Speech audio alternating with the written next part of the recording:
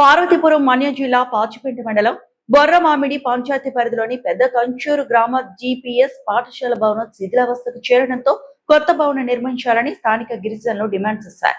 CPM జిల్లా committee సభ్యులు కోరడా ఈశ్వరరావు, ఆదివాసీ గిరిజన సంఘం నాయకులు పోయ్ జోగయ్య, సోముల జోడియా లచ్చమ్మతో కలిసి పాఠశాలను పరిశీలించారు. శిథిలమైన భవనంలోనే విద్యార్థులకు బోధన కొనసాగుతుందని ఆందోళన వ్యక్తం చేస్తూ గిరిజన ప్రాంతాల్లో విద్యా మౌలిక సదుపాయాలపై ప్రభుత్వం ప్రత్యేక దృష్టి సారించాలని కలెక్టర్ ఐటీడీఏ పీఓలను కోరారు. వెంటనే కొత్త పాఠశాల భవనానికి అనుమతి ఇచ్చి నిర్మాణం చేపట్టాలని, లేని పక్షంలో ప్రజా సంఘాల ఆధ్వర్యంలో ఆందోళన చేపడతామని హెచ్చరించారు. బొర్రమామిడి పంచాయతీ పెదకంచూరు గ్రామం జీపీఎస్ స్కూల్ పరిస్థితి దాదాపు ఒక 5 ఏళ్లుగా అధికారులకి అనేక సార్లు చెప్పినా పట్టించుకునే పరిస్థితి లేదు. చిన్నపాటి వర్షం వచ్చినా, పెద్ద గాలులు వచ్చినా సరే ఎన్నో కష్టాలు.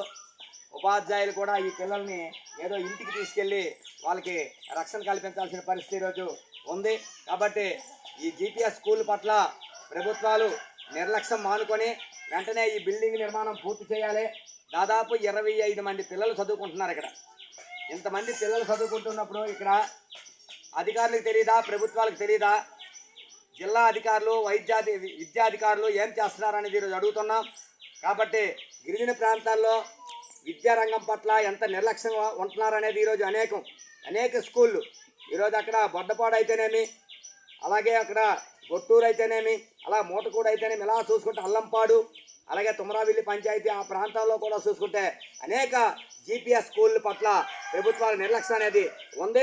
కాబట్టి వెంటనే ఈ స్కూలు బిల్డింగ్ నిర్మాణం పూర్తి స్థాయిలో చేసి విద్యారంగాన్ని బలోపేతం చేయాలి. ఇప్పటికే గిరిజన ప్రాంతాల్లో డ్రాప్అవుట్లు అయిపోతున్నారు. చదువుకోవడానికి అవకాశం లేని పరిస్థితి, రోజు ఆడుకోవడానికి అవకాశాలు ఉండవు, చదువుకోవడానికి అవకాశాలు లేని పరిస్థితి.